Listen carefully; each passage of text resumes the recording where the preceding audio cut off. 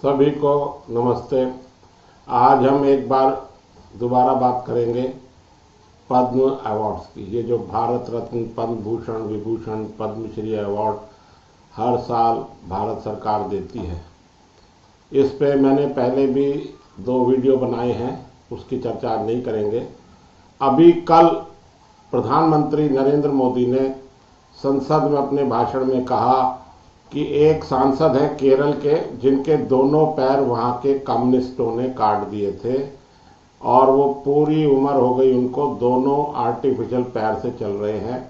आप और हम कल्पना कर सकते हैं कि जिसके दोनों पैर नहीं हो उसका जीवन कैसा होगा। उनको राज्यसभा में मनोनीत किया गया है मोदी सरकार द्वारा। ये तो अच्छा काम किया है, इसकी मैं तारीफ करूंगा। लेकिन उसी केरल के पूर्व मुख्यमंत्री वीएस अच्युतानंद को भारत सरकार ने 2026 में पद्म विभूषण से सम्मानित किया है। वीएस अच्युतानंद, मैं नाम दोबारा लूंगा, पूर्व सीएम। इनका जो संबंध है वो सीपीएम से है, कम्युनिस्ट पार्टी मार्क्सवादी से है। पूरी राजनीति बीजेपी की शुरू से पिछले 50 साल से चल रही है कि कम्युनिस्टों ने देश बर्बाद कर दिया। कम्युनिस्ट जो हैं हिंसा करते हैं, देश तोड़ते हैं। कम्युनिस्ट लिखते हैं कि कम्युनिस्ट पार्टी ऑफ इंडिया, मतलब भारत की communist party, Bharatiya Janata party या इंडियन नेशनल कांग्रेस ऐसे नहीं, वो लिखते हैं कम्युनिस्ट पार्टी ऑफ इंडिया।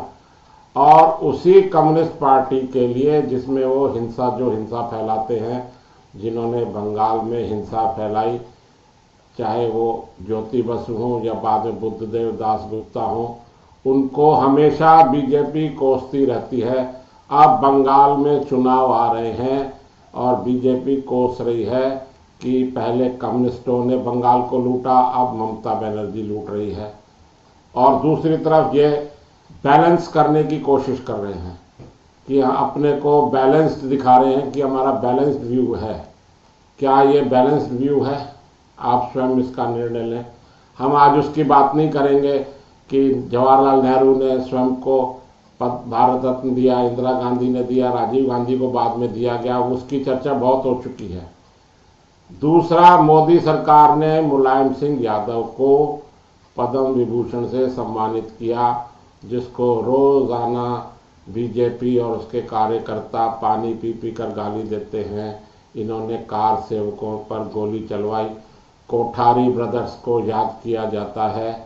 और मुलायम सिंह यादव बहुत गर्व से कहते हैं, मैंने गोली चलवाई, अगर ज़रूरत पड़ती तो मैं और भी ज़्यादा हिंसा और गोली से चलवा सकता था।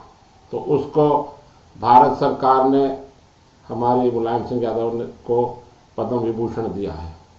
वैसे कुछ इन्होंने, मुलायम सिंह यादव ने एक अच्छा काम किया था, शायद उसी काम के लिए दिया हो कि उन्होंने एक बारी सोनिया गांधी की सरकार नहीं बनने दी थी।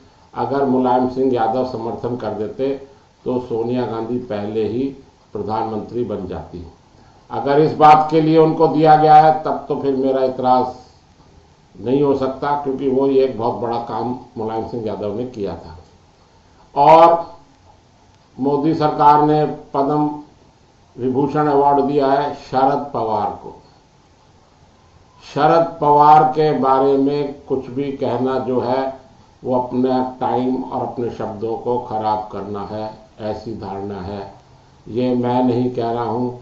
आज से लगभग 20 साल पहले इंडिया टुडे, जब सोशल मीडिया का ज़माना नहीं था, तो इंडिया टुडे ने एक सर्वे किया था कि most hated politician of India, उसमें शरद पवार नंबर 1 पे थे।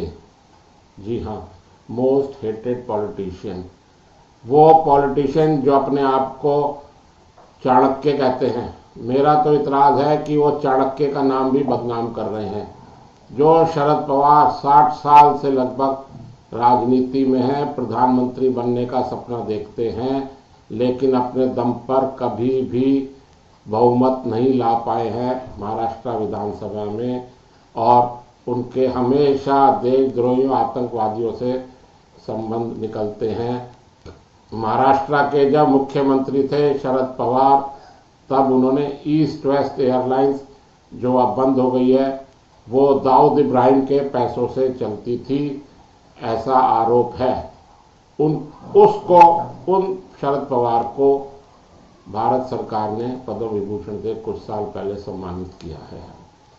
मैंने ये 3 मुख्य नाम लिए, वीएस अच्युतानंद, शरद पवार, मुलायम सिंह यादव। ये तो राजनीति से संबंधित है और हाल ही में जो पुरस्कार दिए हैं, पुराने दिए गए हैं उन पे बात नहीं करेंगे, इनकी लिस्ट बहुत लंबी है। अगर देखा जाए फिल्मी दुनिया वालों को भी बहुत अवार्ड मिलते हैं। धर्मेंद्र की एक फिल्म आई थी जिससे उन्होंने फिल्म जगत में एंट्री ली थी 1960 में, दिल भी तेरा हम भी तेरे। इसको निर्देशक अर्जुन हिंगोरानी ने बनाया था।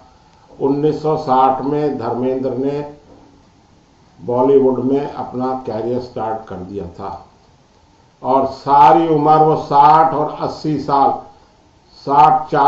60 साल वो लगभग फिल्म दुनिया में सक्रिय रहे, अगर आखिरी के 2-4 साल छोड़ दे तो। और उनको मरणोपरांत हमारी भारत सरकार ने पद्म विभूषण से सम्मानित किया है। ये तो धर्मेंद्र का हाल किया है, चलो मरने के बाद उनको उचित सम्मान दिया गया, ठीक है। और एक दूसरे एक्टर है सैफ अली खान, उनकी 1993 में पहली पिक्चर आई थी आशिक आवारा, जो बुरी तरीके से फ्लॉप रही थी। आशिक आवारा 1993 में सैफ अली खान की पहली फिल्म थी और उसको 2010 में मनमोहन सिंह की सरकार ने पद्मश्री से सम्मानित कर दिया था। क्या आप कोई बता सकता है कि सैफ अली खान की किसी पिक्चर में अच्छी एक्टिंग थी? अच्छी एक्टिंग अगर आपको लगी है तो आप मुझे चाहे तो कमेंट बॉक्स में कमेंट करके उस पिक्चर का नाम बता सकते हैं। क्यों आज 2026 तक उनकी कोई भी पिक्चर अच्छी नहीं आई है? ऐसा मैं नहीं कह रहा हूँ, ऐसी ट्रेड की दुनिया कह रही है और ऐसे जो फिल्म इंडस्ट्री के क्रिटिक्स हैं उनका कहना है। मेरे कहने पे आप यकीन नहीं करें। 7 साल में उनको पद्मश्री अवार्ड दे दिया गया था और 2011 में उनकी मां को फिल्म सेंसर बोर्ड का अध्यक्ष बना दिया गया था। आप कनेक्शन को खूब अच्छी तरीके से समझ लीजिए कि ये कैसे हमारी भारत सरकार, चाहे वो पहले की सरकारें हों या अब की सरकार हो, वो कैसे तुष्टीकरण का काम करती थी। 1988 में आमिर खान की पहली फिल्म आई थी एज ए हीरो, कयामत से कयामत तक, और उनको 1989 में पिक्चर आई थी और 2003 में 5 साल बाद भारत सरकार ने उनको पद्मश्री दे दिया।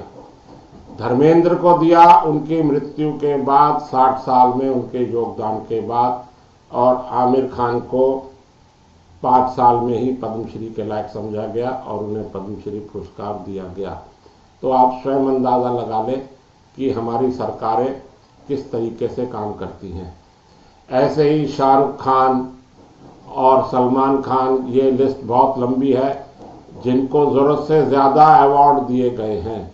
अमिताभ बच्चन को भी अवार्ड दिए गए, उसके वो हकदार भी है, लेकिन उनको भी 10-10, 15-15 साल फिल्म इंडस्ट्री में काम करने के बाद, हिट फिल्में देने के बाद दिए गए। सैफ अली खान को किस बात का अवार्ड दिया गया मुझे आज तक समझ में नहीं आया। 1977 में मैंने पहले भी कहा था, मोरारजी देसाई की जनता पार्टी की सरकार आई थी, उन्होंने अपने कार्यकाल में पूर्णतया रोक लगा दी थी पद्म अवार्ड्स पर। बाद में इंदिरा गांधी की सरकार दोबारा आई और उन्होंने फिर ये पुरस्कार शुरू कर दिए, जो सिलसिला आज तक जारी है।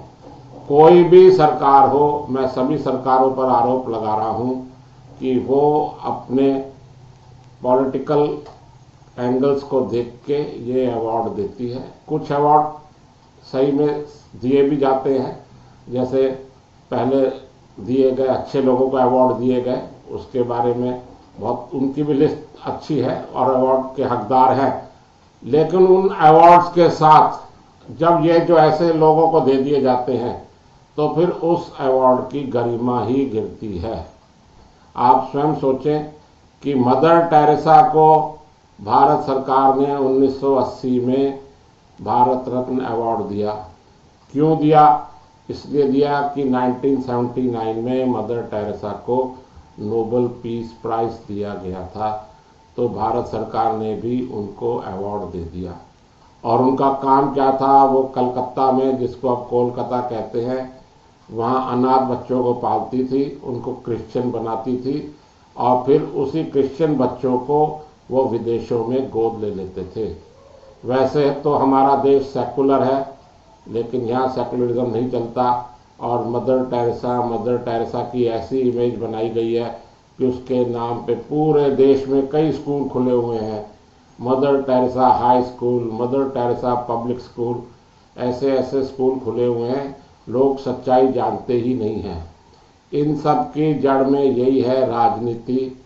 लोग, सरकारें राजनीतिक कारणों से पद्म पुरस्कारें देती लेती हैं। अब समय आ गया है कि पद्म पुरस्कारों को रोक दिया जाए। भारत सरकार का आर्थिक भार भी कुछ कम किया जाए। जिनको भी पद्म अवार्ड मिलता है उनको बहुत सी सुविधाएं भारत सरकार देती है। रेलवे के फ्री पासेस, कुछ पेंशन टाइप, ऐसे कुछ अलाउंसेस कुछ देती रहती है और उनको कुछ प्रिविलेजेस मिलते हैं। अब इनको बंद करना चाहिए, इसका दुरुपयोग खत्म होना चाहिए। आज बस यहीं तक। जय हिंद, जय भारत।